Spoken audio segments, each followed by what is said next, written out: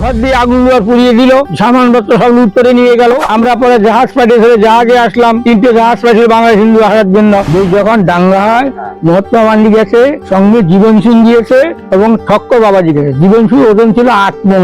ওরে মেয়েরা ওরা দেখে সব ভয় চলে গেছে। পূর্ব বাংলার জলে যে শক্তি, ইন্ডিয়ার দুধে এত শক্তি। আমাদের প্রচুর জায়গা ছিল, প্রচুর জমিন ছিল, সব পেয়েছিল। আজ যে মানুষটির সঙ্গে কথা বলছি, তিনি এমন একটি ঘটনা দেখেছেন যা আজকের প্রজন্ম প্রায় কেউ জানেই না। 97 বছর বয়স এক মানুষ, যার চোখে ধরা আছে প্রায় 1 শতকের ইতিহাস। তার জন্ম পূর্ববঙ্গের নোয়াখালীতে। তিনি বললেন, পূর্ববঙ্গের জল আর ভারতের দুধেও সেই স্বাদ পায়নি। তিনি নিজের চোখে দেখেছেন নোয়াখালীর অশান্ত সময়, আর বলেছেন সেই সময় মহাত্মা গান্ধী শান্তি প্রতিষ্ঠার জন্য সেখানে এসেছিলেন। এরপর উদ্বাস্তু হিসেবে নতুন জীবন শুরু করেন। শেষে চলে আসেন আন্দামানের নীল আইল্যান্ডে। তিনি ভারতের প্রায় সব প্রধানমন্ত্রীকেই দেখেছেন। একজন মানুষের জীবনে লুকিয়ে আছে 1 শতাব্দীর ইতিহাস। পুরো সাক্ষাৎকারটি দেখুন। নোয়াখালীতে 1947 সালে দাঙ্গা হয়, হিন্দুদের উপরে রাইট হয়। তারপরের দিন গান্ধীজি গিয়েছিলেন, সঙ্গে ঠক্কর বাবাজি ছিল, জীবন সিং ছিল, তার ওয়েট ছিল 8 মণ। এবং আমরা বেশ বাগানে লুকিয়েছি, মা আমাদের মুখে মুখ ঢুকিয়ে দিত। বয়স 90 উপরে 90 ধরো। ভারতের স্বাধীনতার সঙ্গে তো দেশটাই তখন 1947 সালে আমাদের দেশ স্বাধীন হলো। ওইটা সম্বন্ধে বাংলা ছিলাম না তো। নোয়াখালী রাইট পেল, আমাদের ঘর দিয়ে আগুন পুড়িয়ে দিল, সামানপত্র সব লুট করে নিয়ে গেল মুসলমানরা। আমরা পরে জাহাজ পাঠিয়ে জাহাজে আসলাম, 3টে জাহাজ পাঠিয়ে বাংলাদেশ হিন্দু আসার জন্য। হিন্দু এসে আমার গোয়ালন্দ এসে আমরা, তারপরে গাড়িতে আলো ছিল না। তারপরে বনগা বর্ডারে এখানে এসে গাড়ির মধ্যে হিন্দুরা 30 জনকে কোটাল দিকে মেরে ফেললো মুসলমানকে।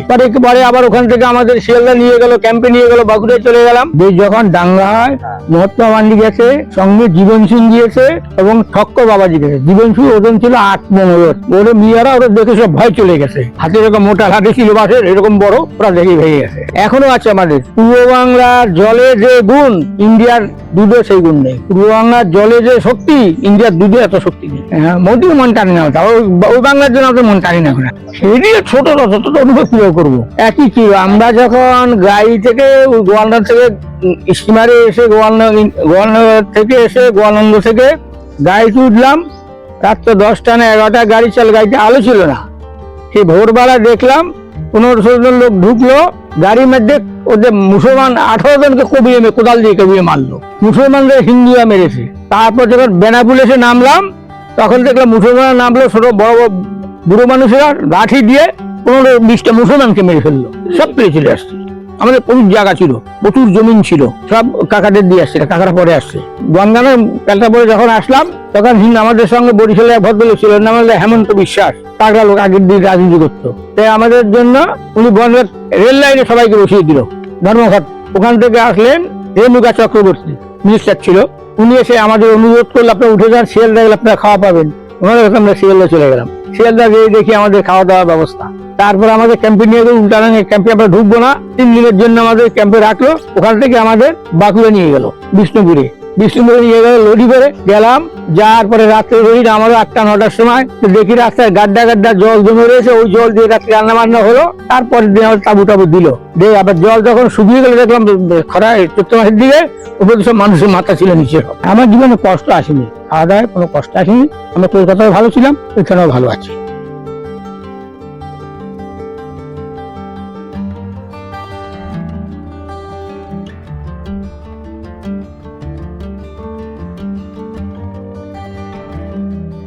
হয়তো কালকে চলে গেছে, কালকে চলে গেছে, জামাই তার আগে চলে গেছে।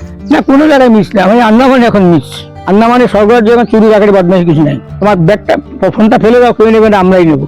কিন্তু কলকাতায় ঘুরে আসতে ফেলে দেবে না, এটা শিওর। কত লোকের টাকা পেলাম, ফোন পেলাম। ওদের ইয়ং জেনারেশন নিজেরা করবে, ভবিষ্যৎ গড়বে, ওরা যাই করেই করবে। আমাদের দিন ঘুরিয়ে গেছে। কখন মরে যায় ঠিক ঠিকানা আছে, হঠাৎ মরে যেতে পারে।